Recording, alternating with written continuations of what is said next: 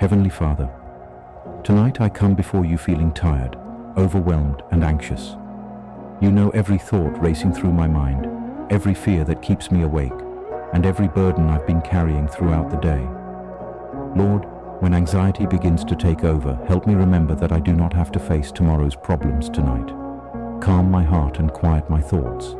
Remind me that you are in control, even when life feels uncertain. Help me release every worry, every fear, and every unanswered question into your hands. Fill my mind with peace instead of stress and confidence instead of fear. Let your presence bring comfort to my heart and rest to my soul. As I lay down tonight, help me trust that you are watching over me and working on the things that I cannot control. Thank you for your love, your protection, and the peace that only you can provide. Tonight, I choose faith over fear and rest in your promises. In Jesus' name, amen.